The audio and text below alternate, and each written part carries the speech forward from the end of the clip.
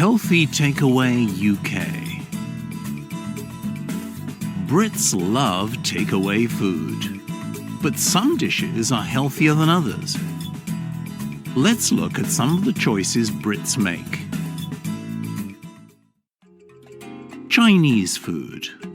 The first Chinese restaurant opened in London over 100 years ago. Now, Chinese food is one of the nation's favorite takeaways. Next time, try noodles with bean sprouts. This has very few calories compared to crispy duck pancakes or spring rolls. Indian food. British people love curries. They spend £250 million a year on them. And they usually order too much food. Why not share your chicken tikka masala with a friend?